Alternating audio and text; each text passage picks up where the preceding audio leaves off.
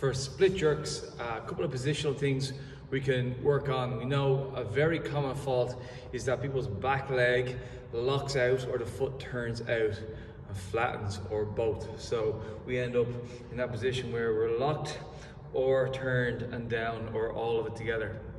Now this position is not a great position to be overhead. You can see my hip is rotated back and it's pulling me out of position all the time. The locked out knee is a problem for a different reason. This is usually a result of the locked out knee.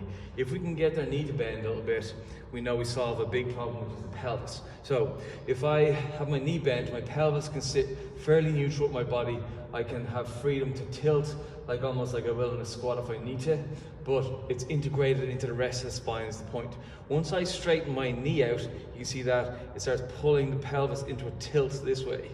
And that tilt will then force either my body forward and lose the bar, but probably more commonly is it just forces people to go into a really chest up, overextended spine position.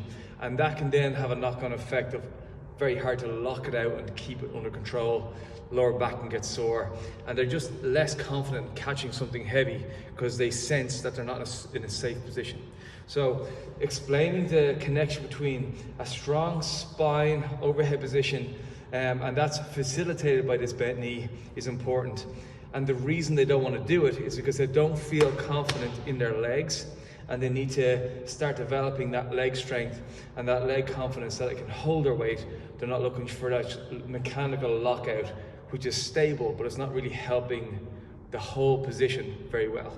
So I would say giving extra emphasis to ball of foot, knee bent, so the pelvis is free to be part of the rest of the spine is the key.